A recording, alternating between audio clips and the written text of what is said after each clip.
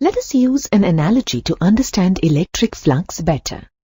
Consider water flowing through a rectangular open channel at uniform velocity and draining into a measuring jar.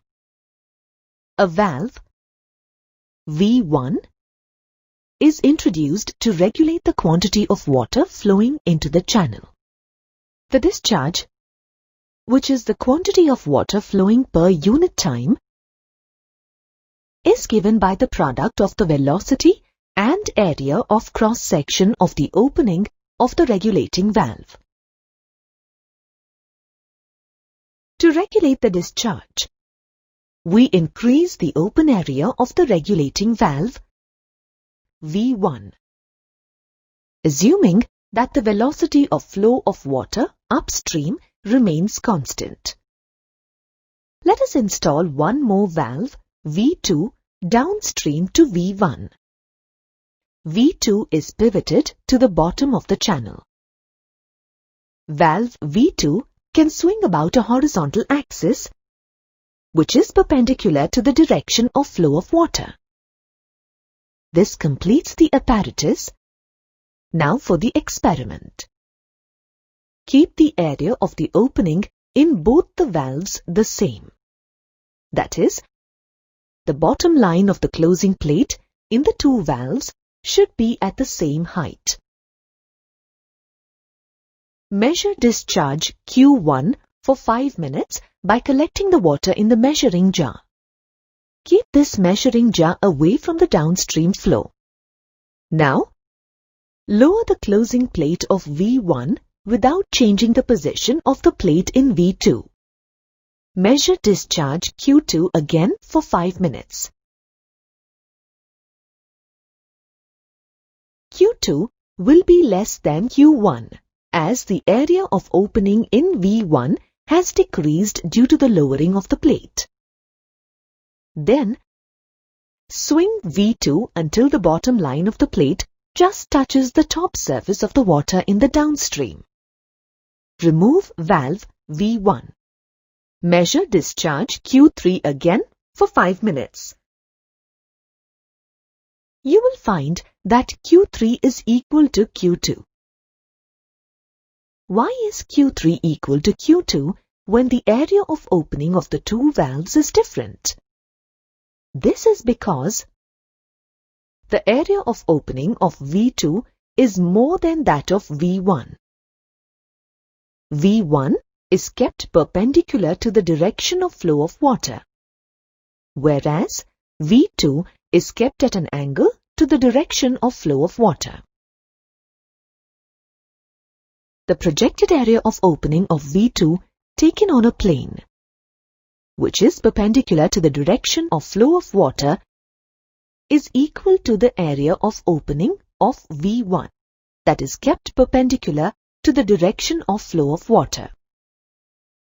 What are the conclusions that we can draw from this experiment?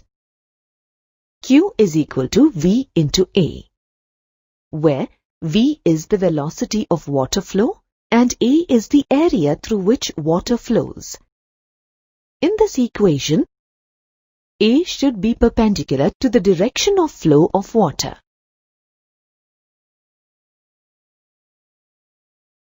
In the event A is not perpendicular to the direction of flow of water, we should take the projected area on a plane perpendicular to the direction of flow of water. Then, the equation will be modified to Q is equal to V into A cos theta, where theta is the angle that the outward normal to the plane makes with the direction of flow of water.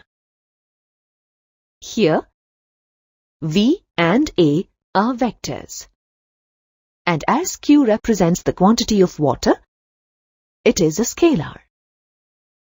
Mathematically, we can write the equation as Q is equal to the dot product of V and A.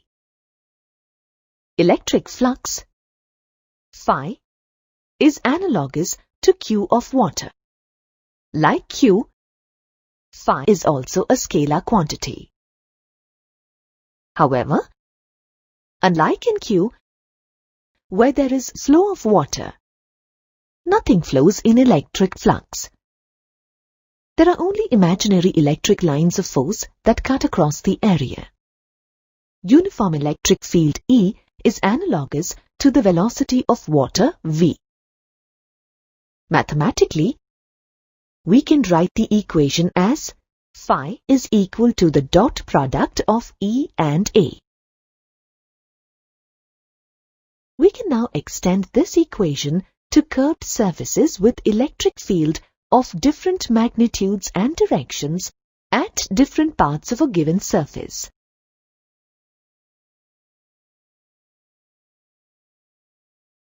The SI unit for electric flux is Newton meter square per coulomb. This brings you to the end of this introductory module on electric flux. You will learn more about applications of electric flux in coming modules. Consider a uniform electric field of strength E along the x-axis.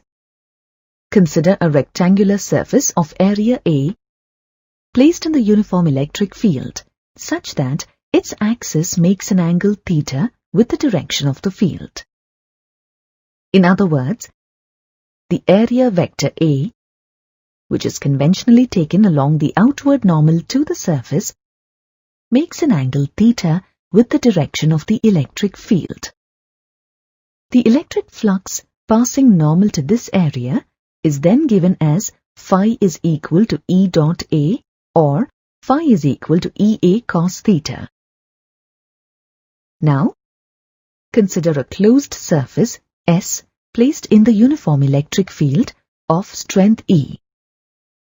Consider three elements X, Y, and Z on the closed surface, having areas delta A1, delta A2, and delta A3 respectively.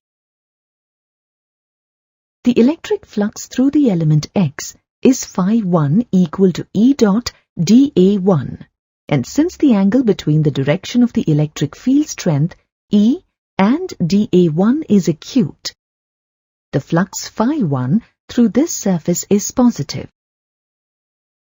For all such elements, the flux passes from the outside to inside. That is, they have an inwardly normal flux. Since theta is equal to 90 degrees for element Y, the electric flux for Y is equal to 0. For all such elements, the flux through the surface is 0. Similarly, since theta is obtuse for element Z, the flux through the element is negative. For all such elements, the flux through the surface passes from the inside to outside. That is, they have an outwardly normal flux. From these observations, we can say that the inwardly normal flux is negative and the outwardly normal flux is positive. Let us now consider a point charge plus Q placed at the center of a sphere of radius r. Let us now look at Gauss' law, which defines the relation between the net electric flux through a closed surface and the charge enclosed by that closed surface. This law is of fundamental importance in the calculation of electric field strengths. The closed surface is referred to as the Gaussian surface. The electric field lines of the point charge plus Q are outwardly normal to the charge and hence are outwardly normal to the sphere at all points on its surface. The magnitude of the electric field E at a distance r from the point charge is equal to 1 by 4 pi epsilon naught Q by r square. Let this be equation 1. So we see that for all points on the sphere of radius r, the magnitude of the electric field strength is the same, and it is directed away from the charge plus Q in an outwardly normal direction at each point. Therefore, we see that at each surface point, the electric field strength E is parallel to the area vector dA, which represents the area of an infinitesimally small element on the surface. Since E is parallel to vector dA, the electric flux d phi passing through this local element is equal to E dot dA is equal to E dA cos 0, and as cos 0 is equal to 1, d phi is equal to E dA. Let this be equation 2. To find the total electric flux phi through the Gaussian surface, we now integrate d phi. Therefore, phi is equal to integral d phi, and this is equal to integral E dA. The total electric flux can also be referred to as the net electric flux. Since E is constant in magnitude for all points on the Gaussian surface, we have integral E dA is equal to E into integral dA. We know that integral dA is equal to A, which is the area of the Gaussian surface considered. Now, phi is equal to EA. We know that for a spherical surface, which is the Gaussian surface in the present discussion, A is equal to 4 pi r square. Therefore, we have phi is equal to E into 4 pi r square. Let this be equation 3. Substituting equation 1 in equation 3 and simplifying, we get the net flux phi is equal to Q by epsilon naught. Let this be equation 4. We see that the net flux phi is proportional to the charge Q enclosed by the Gaussian surface, or we can say that the net flux is proportional to the charge inside the Gaussian surface.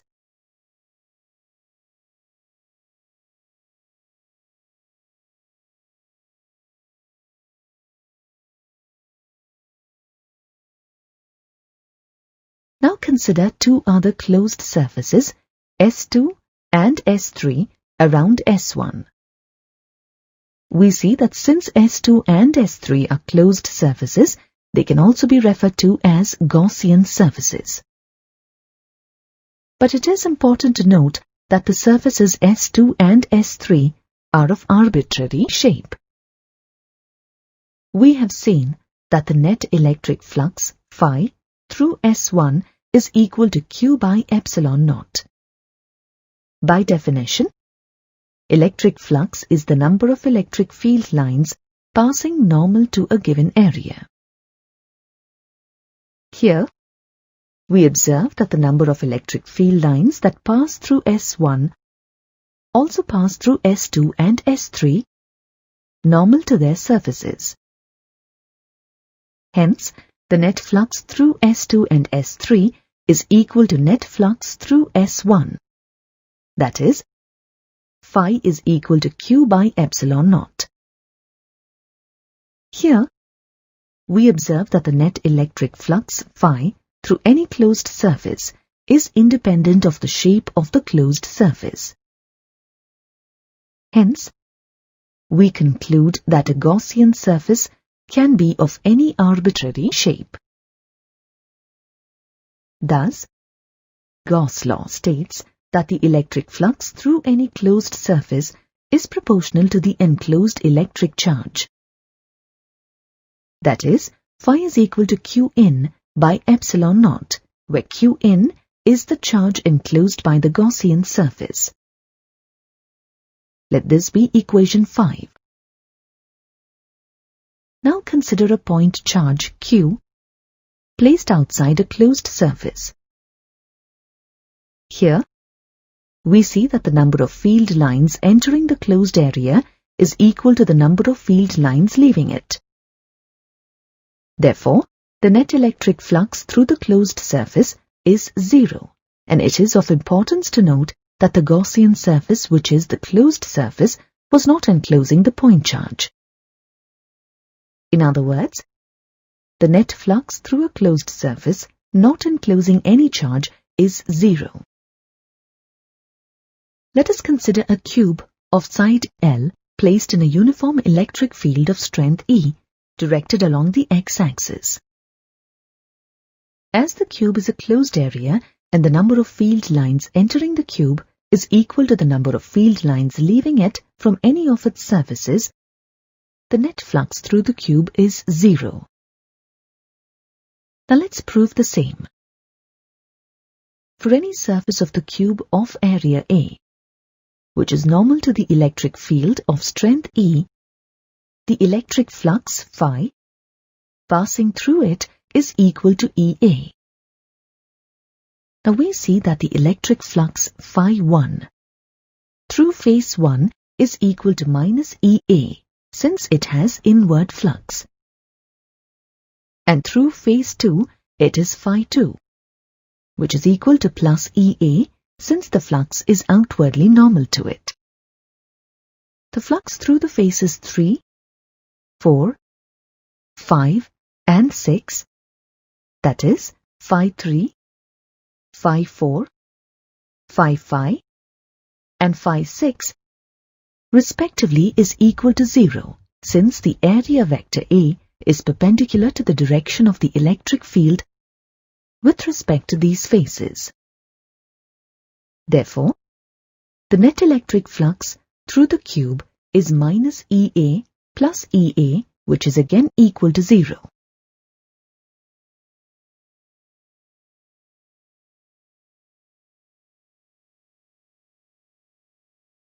Now consider a system of discrete charges, say Q1, Q2, Q3, Q4, Q5, such that the charges Q1, Q2 and Q3 are inside the closed surface S, and the charges Q4 and Q5 are outside the Gaussian surface S. The resultant electric field strength E at any point will be equal to E1 plus E2 plus E3 plus E4 plus E5. The net flux of the resultant electric field strength E through the Gaussian surface is phi is equal to integral E dot dA, which is equal to integral E1 dot dA plus integral E2 dot dA plus integral E3 dot dA plus integral E4 dot dA plus integral E5 dot dA. Since charges Q4 and Q5 are outside the Gaussian surface, net flux due to these two charges is 0. Hence, the net flux on the surface is due to the three charges inside the Gaussian surface. That is, phi is equal to integral E1 dot dA plus integral E2 dot dA plus integral E3 dot dA. Therefore, phi is now equal to Q1 by epsilon naught plus Q2 by epsilon naught plus Q3 by epsilon naught. Or we can say that net flux through the Gaussian surface is equal to Q1 plus Q2 plus Q3 by epsilon naught. Let the total charge enclosed within the Gaussian surface be Qin, the subscript in referring to inside of the closed surface. Here, Qin is equal to Q1 plus Q2 plus Q3. Now the above equation for net flux can be written as phi is equal to integral E dot dA is equal to Qin by epsilon naught. Let this be equation 6. It is important to note that the electric field strength appearing in equation 6 is the net electric field strength E due to all charges present within the Gaussian surface and also outside the Gaussian surface. But the charge Qin appearing in the above equation is the charge within the Gaussian surface. In principle, Gauss law is used to calculate the electric field strength E due to a system of discrete charges or even a continuous charge distribution. From the above observations, we can look at some important points regarding Gauss law. Gauss law is applicable to any closed surface of any arbitrary shape. In the mathematical form of the Gauss law, we see that Qin is the sum of all the charges enclosed within the Gaussian surface, irrespective of their positions within the surface. The electric field strength appearing in the relation integral E dot dA is the net electric field strength E due to all charges present within the Gaussian surface and also outside the Gaussian surface. However, the charge Qin appearing in the above relation is the charge within the Gaussian surface. While choosing a Gaussian surface for a system of discrete charges, the Gaussian surface chosen should not pass through the system of the charges since the electric field is not well defined at the location of the charges, as it grows boundlessly as we move closer to the charge. However, in case of a continuous charge distribution, the Gaussian surface can be taken passing through the charge distribution. Symmetry is crucial to the application of Gauss law, since it makes the calculation of the electric field easier. Gauss law can be chosen to evaluate the electric field due to charge distributions that have spherical, cylindrical, or planar symmetry. Since Gauss law is based on the inverse square dependence on the distance contained in the Coulomb's law, any violation of the Gauss law indicates a departure from the Coulomb's law. In order to calculate the electric field due to a discrete charge distribution, we can apply the relation of the superposition principle. According to this principle, the net electric field strength E at any point in the field of the charge distribution is equal to the vectorial sum of the electric fields due to the individual charges at that point. This method of finding the net electric field at a point becomes impractical in the case of continuous charge distributions, such as a linear charge distribution, a planar charge distribution, or a volume charge distribution. In this module, we discuss about a linear charge distribution. Let us now consider an infinitely long straight wire carrying a uniformly distributed positive charge. Its linear charge density, lambda, is the charge per unit length of the wire.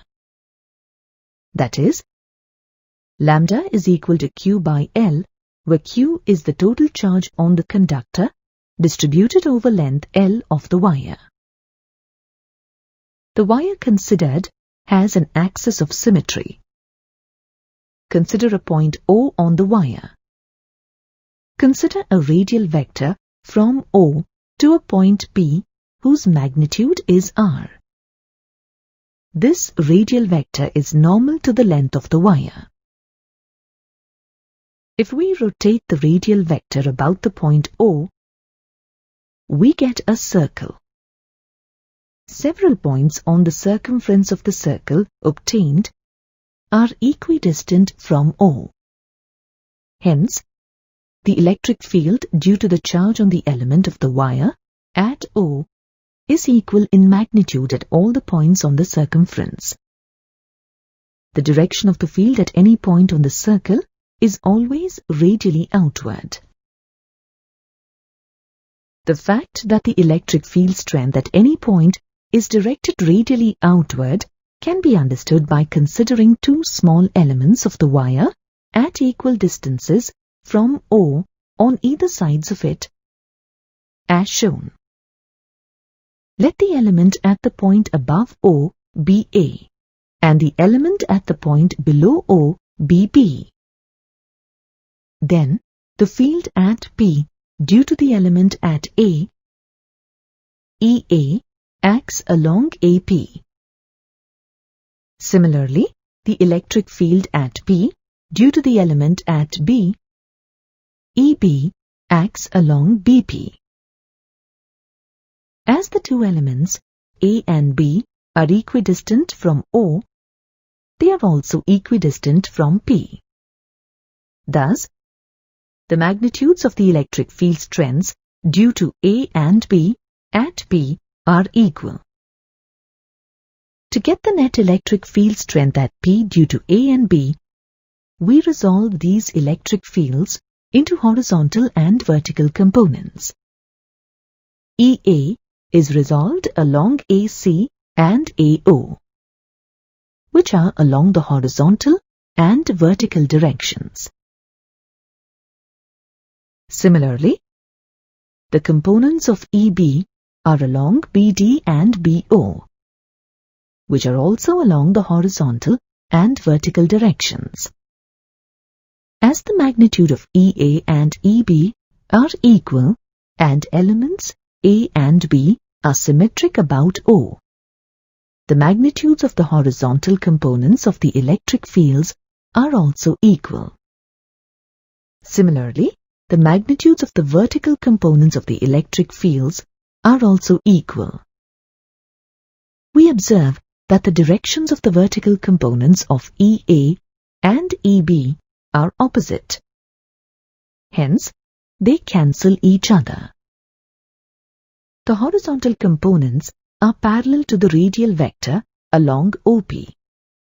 Thus, the net electric field at P due to the elements at A and B is equal to the sum of their horizontal components and acts radially outward. This is true for any such pair of elements considered on either side of the element at O. Thus, the field at any point under consideration, like P, is radially outwards. As the length of the wire is infinite, the electric field strength does not depend on the position of the point under consideration, P, along the length of the wire.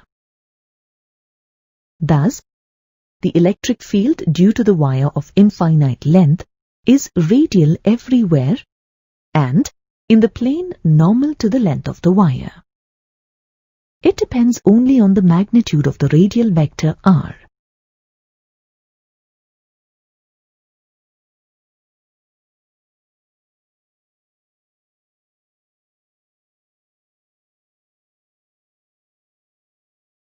Now let us calculate the electric field strength due to the charged wire at a point which is radially at a distance r from the wire.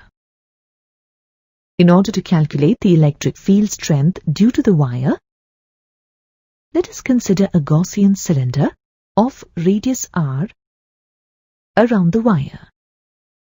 Let the length of the Gaussian cylinder be L.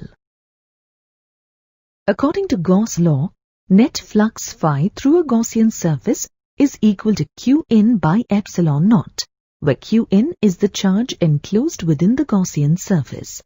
Let this be equation 1. We know that phi is equal to integral E dot dA, where E is the electric field strength. At all points on the Gaussian cylinder, the electric field strength E is perpendicular to the curved surface of the cylinder.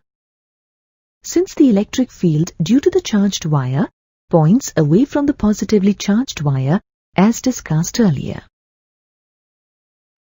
If we calculate the net flux phi through the Gaussian surface, the net flux through the surface will be the sum of electric flux phi 1, phi 2 and phi 3 through the surfaces 1, 2 and 3 respectively, as shown. Surfaces marked 1 and 2 are the circular surfaces of the Gaussian cylinder, and the surface marked 3 is the curved surface of the cylinder. Let us now calculate the electric flux through surface 1, which is the flat surface of the cylinder. We know that the electric flux phi 1 is equal to E dot A, where E is the electric field and A is the area vector. This is equal to EA cos theta, where theta is the angle between the directions of electric field and the area vector. The electric field is perpendicular to this surface. Hence, in this case, theta is 90 degrees and cos 90 degrees is equal to 0. Hence, flux phi 1 through this surface is 0. Similarly, we see that the electric field is also perpendicular to surface 2, and hence flux phi 2 through this surface is also 0. Hence, the total electric flux phi is equal to the electric flux phi 3 through surface 3, which is the curved surface of the Gaussian cylinder. Let the surface 3 be assumed to be divided into infinitesimally small elements, each of area dA. There will be a net electric flux through this surface. Since the electric field strength E for any point on the surface is parallel to the area vector dA for the element under consideration. Since E will be parallel to the vector dA, we have electric flux d phi 3 passing through the element equal to E dot dA, which will be equal to EdA cos 0, and this will then be just equal to EdA. Let this be equation 2. To find the total electric flux phi through the Gaussian surface 3, we now integrate d phi 3. Therefore, phi is equal to integral d phi 3, and this is equal to integral EdA. Since all points on the Gaussian surface 3 are equidistant from the charged wire, the magnitude of electric field strength E for any point on the Gaussian surface is a constant. Therefore, we can write phi is equal to E into integral dA. We know that integral dA is equal to A, which is the area of the Gaussian surface considered. Therefore, phi is equal to EA. The area A is equal to 2 pi RL, which is the curved surface area of the cylinder of length L and radius R. Substituting the value of A in the expression for total flux phi, we get phi equal to E into 2 pi RL. Let this be equation 3.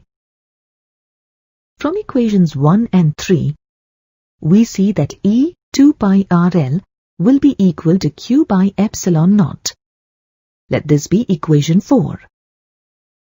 Here, Q is equal to the product of the linear charge density, lambda, and the length of the Gaussian cylinder, L. Substituting the value of Q in equation 4 and simplifying, we get E equal to lambda by 2 pi R epsilon naught.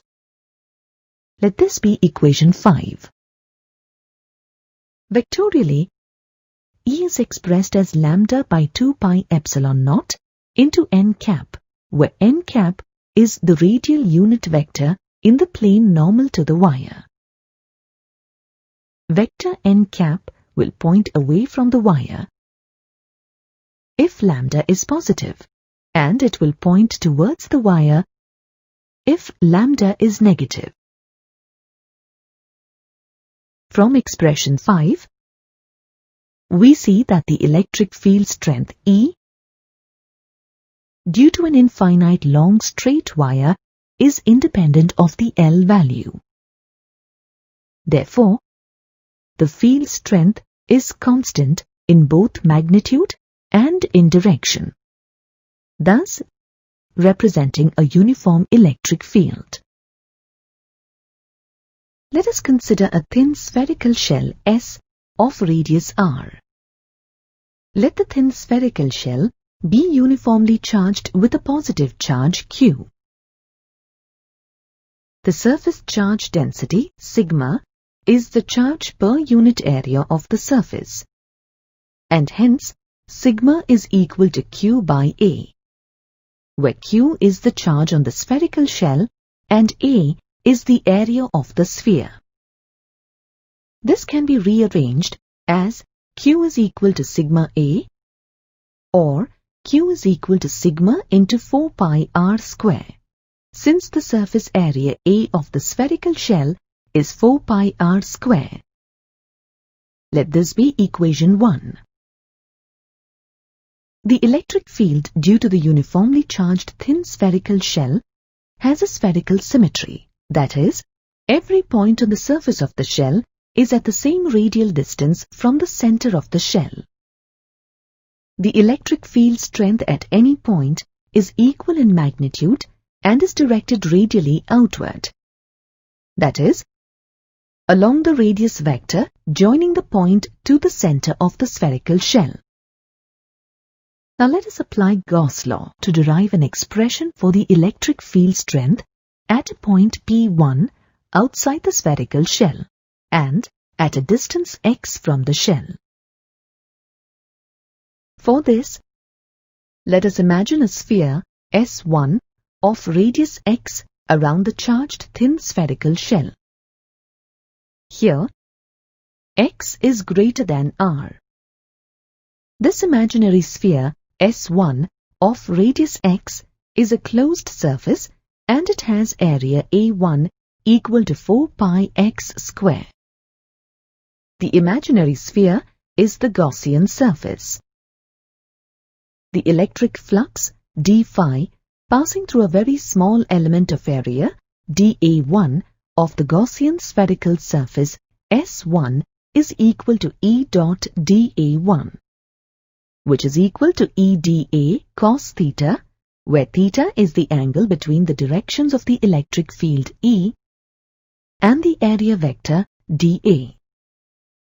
Here, as E and dA1 are parallel to each other, theta is 0.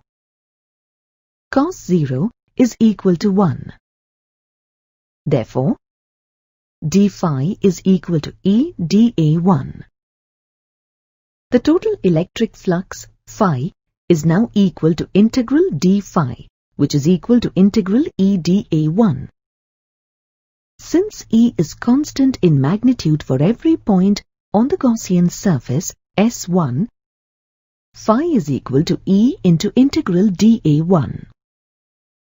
Now, integral dA1 is equal to A1, where A1 is the area of the imaginary Gaussian surface S1, which is equal to 4 pi x square. Therefore, total electric flux phi is equal to E into 4 pi x square. Let this be equation 2. We know that according to Gauss' law, the total electric flux passing through the Gaussian surface S1 must be equal to Qin by epsilon naught, where Qin is the charge inside the surface. Let this be equation 3. Here, Qin will be equal to the charge Q on the spherical shell. From equations 2 and 3, we see that E into 4 pi x square is equal to Qin by epsilon naught.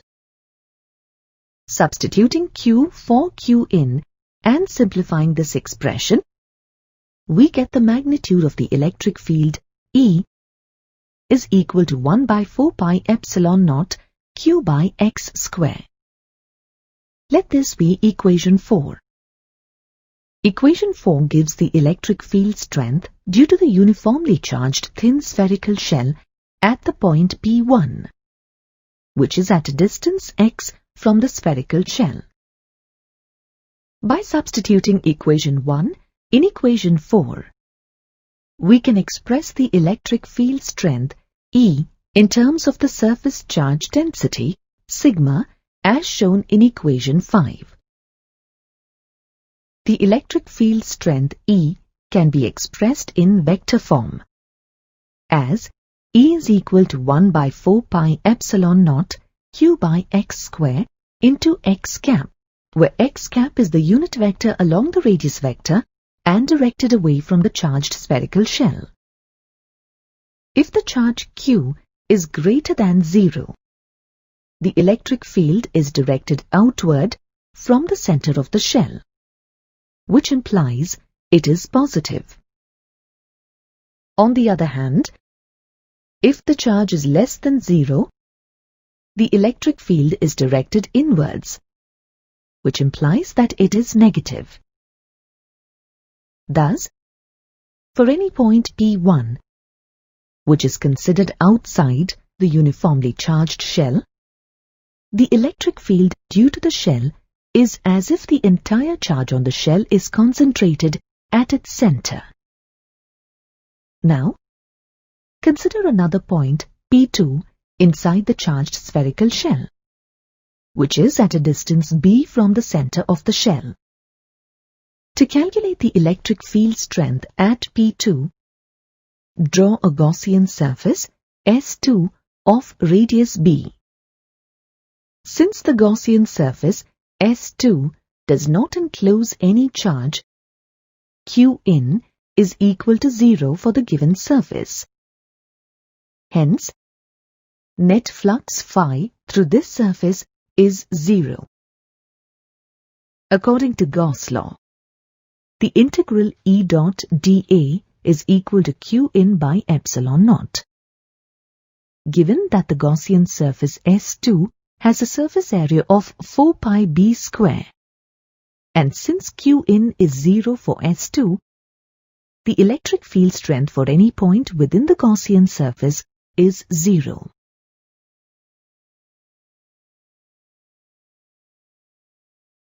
Thus, for all distances d from the center of the spherical shell, which are greater than its radius r, the magnitude of the electric field strength E due to the uniformly charged thin spherical shell is given by E, which is equal to 1 by 4 pi epsilon naught q by d square.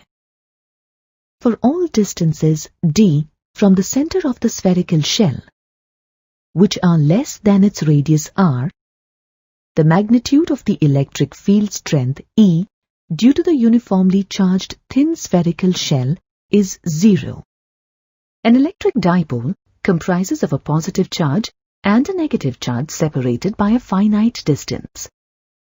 Consider a dipole with a positive charge plus q placed at A and a negative charge minus q placed at B at a distance of 2a.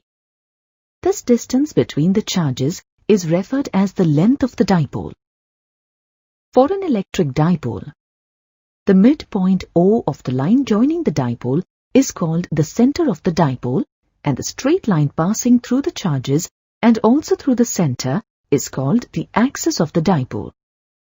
Assume that the dipole is placed such that the center O of the dipole coincides with the origin and the axis of the dipole coincides with the x-axis of the Cartesian coordinate system. The charge minus q is placed along the positive x-axis, and the charge plus q is placed along the negative x-axis. The product of the length of the dipole and the magnitude of the charge is called as the electric dipole moment P. Here, P is equal to 2aq. It is a vector quantity directed from minus q to plus q. Let us now obtain the electric field strength E at a point P on the axis of the electric dipole, which is at a distance x from the midpoint O of the dipole. The magnitude of electric field strength E due to a charge q at a distance r from it is given by E is equal to 1 by 4 pi epsilon naught into q by r square. Following the expression, the magnitude of the electric field strength E1 due to the charge plus q is equal to 1 by 4 pi epsilon naught q by x plus a square. Let this be equation 1. The direction of this electric field is in the direction opposite to that of the dipole moment. Similarly, the magnitude of the electric field strength E2 due to the charge minus q is equal to 1 by 4 pi epsilon naught q by x minus a square. Let this be equation 2. The direction of this electric field is in the direction of the dipole moment. The point P is nearer to the charge minus q than the charge plus q. As the distance of the point P from minus q is lesser than that from plus q, the magnitude of the electric field strength E2 is greater than E1. Hence, the magnitude of the resultant electric field strength E at the point P is equal to E2 minus E1. Let this be equation 3. The direction of the resultant field strength at the point is in the direction of E2. Substituting the values of E2 and E1 and simplifying,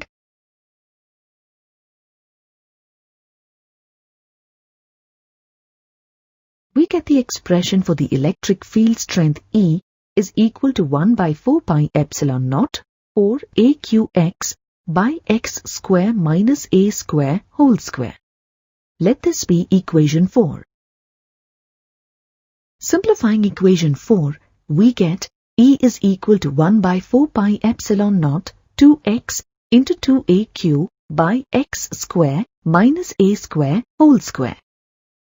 In this equation, 2aq is the magnitude of the dipole moment P. Therefore, E is equal to 1 by 4 pi epsilon naught 2px by x square minus a square whole square. Let this be equation 5. When the point P is at a very large distance from the center O, then x is very large compared to A.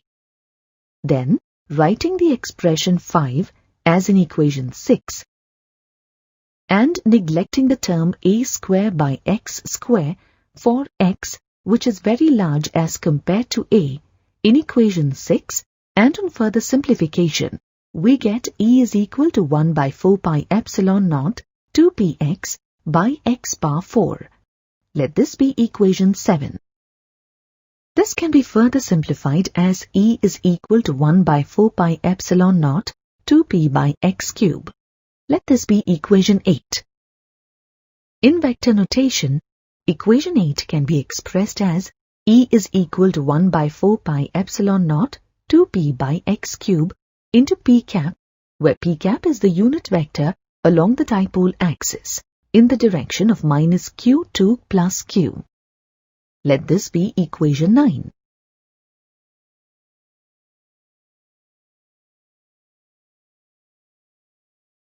Let us now obtain an expression for the electric field strength at a point S on the equatorial plane of the electric dipole. Let point S be at a distance y from the center O of the dipole. The point S is at a distance r and is equal to root y square plus a square from each charge of the electric dipole. Let this be equation 10. At the point S, the positive charge creates an electric field of magnitude E1 is equal to 1 by 4 pi epsilon naught q by r square. Let this be equation 11. Electric field strength E1 is directed away from the positive charge and acts along the line joining the charge plus q and the point S as shown. Similarly, the negative charge creates an electric field of magnitude E2 is equal to 1 by 4 pi epsilon naught q by r square. Let this be equation 12. Electric field strength E2 is directed towards the negative charge and acts along the line joining the point S and the charge minus q as shown. We observe that the magnitude of E1 is equal to that of E2.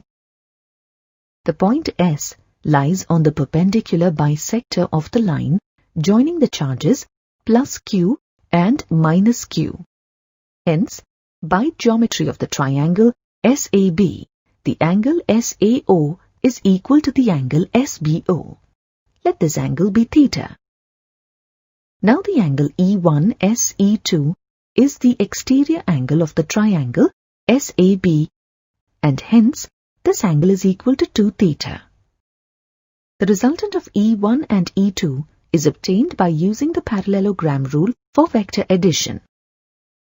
According to the rule, the resultant of E1 and E2 is obtained by the diagonal of the parallelogram formed by the vectors E1 and E2 as the sides. Since the magnitudes of E1 and E2 are equal, lengths of the vectors representing E1 and E2 are also equal. Hence, the diagonal of the parallelogram formed by the vectors E1 and E2 as sides bisects the angle 2 theta. Thus, the resultant of E1 and E2 makes an angle theta with the direction of both E1 and E2. By geometry of the figure, the resultant of E1 and E2 is parallel to the x-axis and is directed along AB. Let us consider the components of E1 and E2 along the x and y axes to find the magnitude of the resultant electric field at the point S. The components of the electric field E1 along the x and y axes are E1x and E1y respectively as shown. And the components of the electric field E2 along the x and y axes are E2x and E2y respectively as shown. Since the electric field strengths E1 and E2 are equal in magnitude, the components E1x and E2x will be equal. Similarly, E1y and E2y are also equal. We also observe that the components E1y and E2y are oppositely directed and hence they cancel each other. Therefore, at the point S, the resultant electric field strength E is equal to E1x plus E2x. Let this be equation 13. As the angle between E1 and x-axis is theta, the component E1x is equal to E1 cos theta. Substituting the magnitude of E1, we get E1x is equal to 1 by 4 pi epsilon naught into q cos theta by r square. Let this be equation 14. Similarly, the angle between E2 and x-axis is theta, and hence E2x is equal to E2 cos theta, which is equal to 1 by 4 pi epsilon naught into q cos theta by r square. Let this be equation 15. Substituting equations 14 and 15 in equation 13 and simplifying, we get the magnitude of the electric field at the point S. E is equal to 1 by 4 pi epsilon naught into 2q cos theta by y square plus a square. Let this be equation 16. From trigonometry of either of the triangles SAO or SBO, we get cos theta is equal to a by r. Substituting the value of r, we get cos theta equal to a by square root of y square plus a square. Let this be equation 17. Substituting equation 17 in equation 16 and simplifying, we get the equation for the magnitude of the resultant electric field strength E at point S. Since the dipole moment P is equal to 2aq, we get E is equal to 1 by 4 pi epsilon naught into P by y square plus a square whole power 3 by 2. Let this be equation 18. The direction of the electric field strength at the point S is opposite to that of the electric dipole moment and parallel to the axis of the dipole as discussed earlier. When the point S is at very large distance from the center O, then y is very large as compared to A. Then, writing the expression 18 as in equation 19, and neglecting the term a square by y square for y which is very large as compared to a in equation 19, and on further simplification, we get E is equal to 1 by 4 pi epsilon naught P by y cube. Let this be equation 20. In vector notation, electric field strength E can be expressed as shown in equation 21. The minus sign is used since the electric field strength E is opposite to the direction of the unit vector P cap. For a given dipole, the magnitude of the dipole moment P is constant. From the expression of the dipole moment, we get charge Q is equal to P by 2A. Hence, as the length of dipole 2A tends to 0, the magnitude of the charge Q tends to infinity, so that the dipole moment P is equal to 2AQ becomes finite.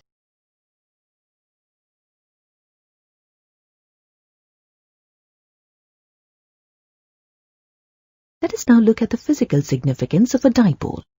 A molecule having positive and negative ions possessing charges of equal and opposite magnitudes behaves like an electric dipole. In certain molecules, known as non-polar molecules, the centers of all positive and negative charges coincide. Hence, in such molecules, there is no dipole moment set up. However, when a non-polar molecule is placed in an external uniform electric field, the electron orbits get distorted due to the force exerted by the external electric field. This results in the separation of the centers of positive and negative charges. The negative charges move in the opposite direction of the electric field, whereas the positive charges move in the direction of the electric field. This motion of the charges now sets up an induced dipole moment for the molecules, and the molecules are said to be polarized. When the external electric field is removed, the polarization disappears. Hence, the induced dipole moment also vanishes. Carbon dioxide, CO2, and methane, CH4, are examples of such non-polar molecules. There are other types of molecules called polar molecules, where the centers of the positive and the negative charges do not coincide. They possess some dipole moment even when they are not in the presence of an external electric field. Such molecules are called polar molecules. These are permanent dipoles. When such polar molecules are placed in an external uniform electric field, they orient themselves in the direction of the field. Water molecule H2O is one such polar molecule. Consider a permanent electric dipole having a positive charge plus Q at A and a negative charge minus Q at B separated by a distance 2A. A permanent dipole is one which has a dipole moment irrespective of the presence of an external electric field. The electric dipole moment P of the dipole is equal to 2AQ, directed from minus Q to plus Q along the axis of the dipole. Let the electric dipole be placed in a uniform external electric field of strength A, with its axis AB making an angle theta with the direction of the external electric field. Now, the charge plus Q of the dipole experiences a force F is equal to QE in the direction of the external electric field. And the charge minus Q of the dipole experiences a force F is equal to QE in the opposite direction of the external electric field. We see that on the dipole there are two equal and opposite forces along different lines of action, and hence we can say that the dipole experiences a couple which is the net torque on the dipole. This couple rotates the dipole until it is aligned with the direction of the external electric field. However, the net force on the dipole is zero, since it experiences equal and opposite forces. Since the net force on the dipole is zero, the couple on it is independent of the origin. The magnitude of the torque on the dipole is equal to the product of the magnitude of each force F and the length of the couple arm AD. The torque tau is equal to F into AD. Hence, tau is equal to QE into AD. In the triangle ADB, sin theta is equal to AD by AB. Since AB is equal to 2A, we have sin theta is equal to AD by 2A. Therefore, AD is equal to 2A sin theta. Substituting the value of AD in the expression for torque, tau, we get tau is equal to QE into 2A sin theta. Or, tau is equal to 2A QE sin theta. But the dipole moment P is equal to 2AQ.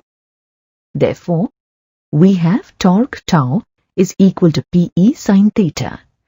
This is the expression for a torque experienced by a dipole when placed in a uniform external electric field. Since PE sin theta is equal to P cross E, we have torque tau is equal to P cross E. If the angle theta is equal to 90 degrees, sin theta becomes 1, and hence the torque on the dipole reaches its maximum. Tau max is equal to PE. Hence, we see clearly that the torque on the dipole is maximum when the dipole is held perpendicular to the direction of the external electric field. When the dipole is placed such that its axis AB is parallel to the external electric field, then the angle theta is equal to 0 and sin theta is 0, and hence the torque on the dipole is equal to 0. When the dipole is placed such that its axis AB is antiparallel to the external electric field, then the angle theta is equal to 180 degrees and sin theta is 0, and hence in this position also the torque on the dipole is equal to 0. From this discussion, we see that the expression tau is equal to PE sin theta will be valid only when the dipole is in a uniform external electric field.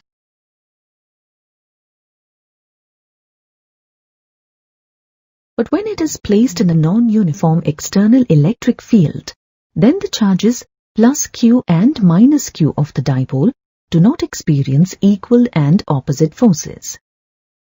Each experiences a force of unequal magnitude, say F1 on plus Q and F2 on minus Q, in different directions depending on the direction of the electric field strength at their respective locations. Hence, there is a net force on the dipole. In an external electric field of increasing magnitude, if the dipole is placed such that the dipole moment is in direction of the increasing field, then the net force on the dipole will be in the direction of the increasing field. Conversely, if the dipole is placed such that the dipole moment is in a direction opposite to that of the increasing field, then the net force on the dipole will be in the direction of the decreasing field. In general, the net force on the electric dipole depends on the angle made by the dipole moment with the external electric field. We know that when a dry plastic comb is run through dry hair, it gets charged by the method of friction. This dry comb can then attract pieces of paper. Here the pieces of paper are not themselves charged, but the electric field created by the charged comb induces a net dipole moment in the pieces of paper in the direction of the electric field. The electric field of the comb is non-uniform, and it exerts a net force on the pieces of paper having a net induced dipole moment. Thus, the pieces of paper move towards the comb because of the net force on them. Let us consider an infinite plane sheet of charge carrying a uniformly distributed positive charge. Its surface charge density, sigma, is the charge per unit area of the sheet. That is, sigma is equal to Q by A, where Q is the charge on the sheet distributed over an area A. We can represent it as Q in is equal to sigma into A. Let the sheet be aligned parallel to the YZ plane such that the normal to this plane sheet of charge is along the x-axis. The electric field due to the positive charge will be directed away from the positive charge. In order to calculate the electric field strength, at a point P near the sheet of charge, let us now consider a Gaussian cylinder, one of the plane faces of which passes through P, and as such, the plane face is parallel to the plane of the sheet of charge. The point P is at a distance x from the sheet of charge. The point P lies on the circular surface of the Gaussian cylinder. We see that the cylinder extends to the other side of the sheet of charge and the plane faces of the cylinder are equidistant from the plane sheet of charge. Let the plane circular faces of the cylinder be marked as 1 and 2, and the curved surface of the cylinder be 3. The total electric flux, phi, through the Gaussian cylinder is the sum of the electric flux, phi 1, phi 2, and phi 3 through the surfaces, 1, 2, and 3 respectively, of the Gaussian cylinder. Let this be equation 1. Let us first calculate the electric flux, phi 1, through surface 1. According to Gauss law, we can write phi 1 equal to integral d phi 1. Here, d phi 1 is the electric flux through a small element of area dA on surface 1. d phi 1 is equal to E dot dA, where E is the electric field strength at the local element considered, and dA is the area vector with respect to the local element considered. Since E and dA are parallel to each other, E dot dA is equal to E dA cos 0, which is equal to E dA. Let this be equation 2.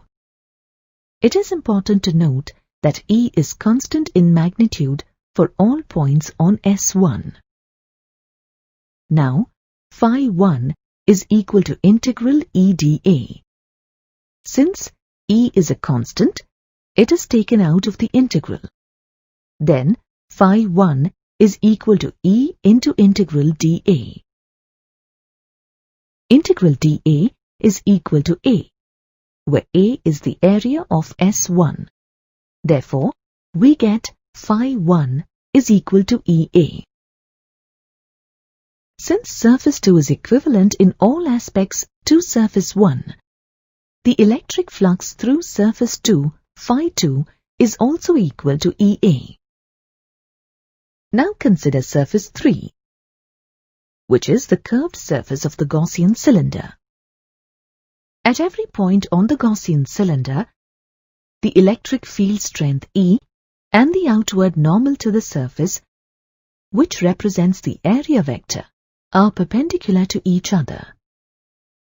As the angle between the area vector and the direction of the electric field is 90 degrees, and as cos 90 degrees is 0, we have the flux phi 3 is equal to EdA cos 90, which is equal to 0. Hence, no flux passes through this surface. Thus, the flux phi 3 through this surface is 0. Substituting the values of phi 1, phi 2, phi 3 in the expression for total flux phi, we get phi equal to 2EA. Let this be equation 3. According to Gauss law, phi is equal to Q in by epsilon naught. Substituting the value of Q in, we get phi is equal to sigma A by epsilon naught. Let this be equation 4. From the equations 3 and 4, we get 2EA equal to sigma A by epsilon naught. Simplifying this expression, we get E equal to sigma by 2 epsilon naught. Let this be equation 5. The expression for the electric field due to the infinite plane sheet of charge shows that the electric field strength due to it is independent of x. Vectorially, E is equal to sigma by 2 epsilon naught into n cap, where n cap is the unit vector perpendicular to the plane and passing away from it. If sigma is negative, then n cap will point towards the sheet of charge, and if sigma is positive, then n cap will point away from the sheet of charge. Thus, for an infinite large planar sheet of charge, the expression for E, as given by equation 5, is approximately true in the middle regions of the planar sheet, away from the ends.